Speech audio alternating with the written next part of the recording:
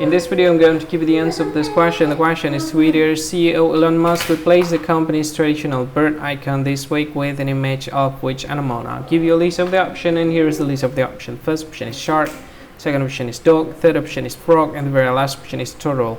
And the correct answer for the question is dog, while the answer for the question dog. Hi, thank you so much for watching this video. If you find this video is very useful, you can help this channel to grow by subscribing this channel. Click this subscribe button and don't forget to like this video. And if you find this video is not really good, or you don't really like this video, or you kind of feel that it's a little bit offensive or something like that, you can click this one, dislike button. You can do that anyway.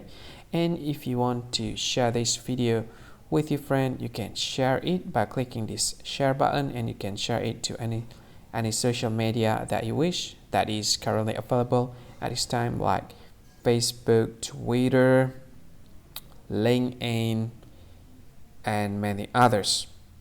Right? And if you want to add this video to your playlist, you can click this one. You can watch this video later, and you can find more options by clicking these three dots. And yeah, don't forget to subscribe. I think that's all of it. Thank you so much for watching this video, and see you again in another video. Bye bye. See you again.